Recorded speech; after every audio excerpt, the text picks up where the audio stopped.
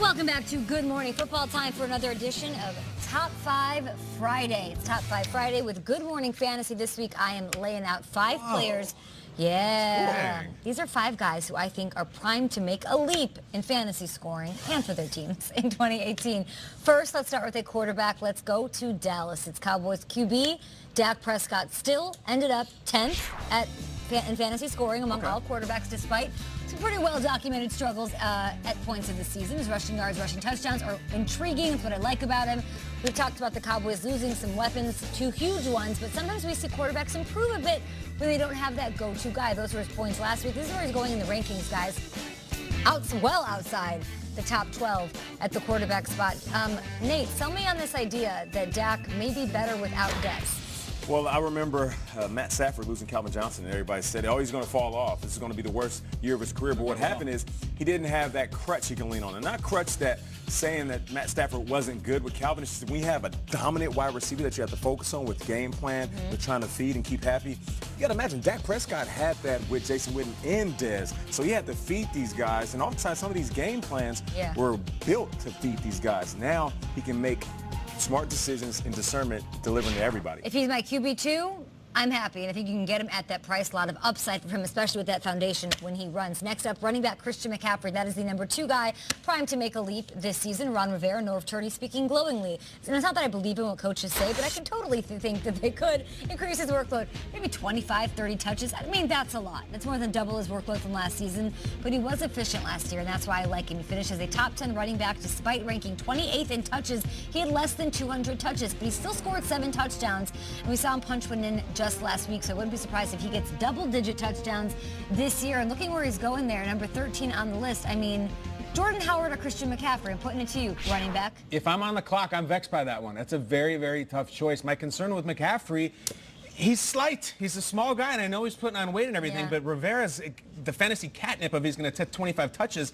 I worry a little bit that he could keep up with that. I'm a guy, fortune favors the bold. I'm going to invest in this Matt Nagy offense and say Jordan Howard is going to do it again in the third year. I'm going to go with Howard. Greg Olsen wasn't on the field last year. Curtis Samuel wasn't on the field last year. Is he going to get 260 touches, which is what's going to take for him to be in that upper echelon of running backs? That's the question, but an intriguing guy who I think will make the leap. All right, up next, it's Chargers receiver Mike Williams. He caught just 11 passes last year. It was an injury-plagued season. It wasn't good for anybody, but the opportunity is there now because you don't have those tight ends. No Antonio Gates. Hunter Henry's out for the season. That's 114 targets alone from last season. The Chargers, guys, 28th in the red zone last year. That is Mike Williams' specialty. He scored 10 red zone touchdowns the last year at Clemson. He himself is saying, listen, quote, I've got a big role in the red zone right now. Henry was a big red zone threat, and that's a spot where I can help. That's gold. So working on a lot of that stuff right now, end quote. So liking Mike Williams. Up next, we've got Bills wide receiver. As for Mike Williams is going, what do you think about that, Shrek? I love it because they took him 7th overall 2 years ago. There was a million players they could have taken. They had a million needs, and they took a wide receiver 7th.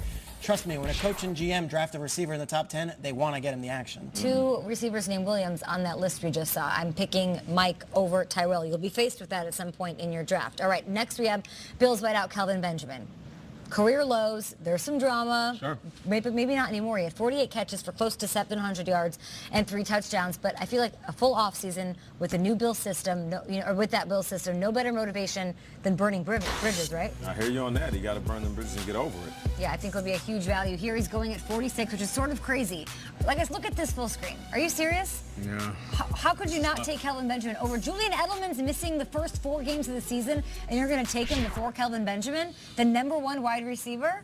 Julian Edelman, though, he comes through every single season. Except the 4 games he's not going to play. It's not the matter in the playoffs for him. I think the inconsistency with Kelvin Benjamin concerns people. I feel like on that list, all those guys have so much competition. I feel like Kelvin Benjamin's the clear-cut guy. He looks good in the preseason, though. Benjamin looks good. Looks good. I'm taking him. All right, finally, 49ers wideout Marquise Goodwin. So once Jimmy G got started, took over, Goodwin elevated his game to a next level. Take a look at weeks 1 through 12 and what Goodwin had going on. He had 1 touchdown in all of those games. And then you look, Garoppolo comes in, he scores 2 touchdowns. He has basically double everything. Double everything, finishing 8th among receivers, double the catches, and the reports out of camp.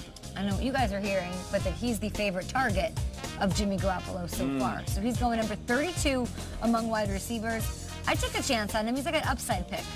I think you win fantasy leagues by drafting guys the year they blow up, not the year after. This could be the year for him. Who do you like on your Shrakes? I love what you said about Mike Williams. I feel like Keenan Allen is a bona fide #1, and without Gates and without Hunter Henry, Mike Williams is a real #2, and early returns have been great.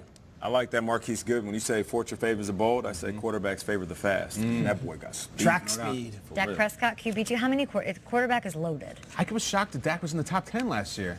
No kidding. He's the 10th best quarterback. That's yeah. sneaky good, though. Yeah. That's it. Fantasy, guys. Enjoy All your right. Friday. My Top draft Friday.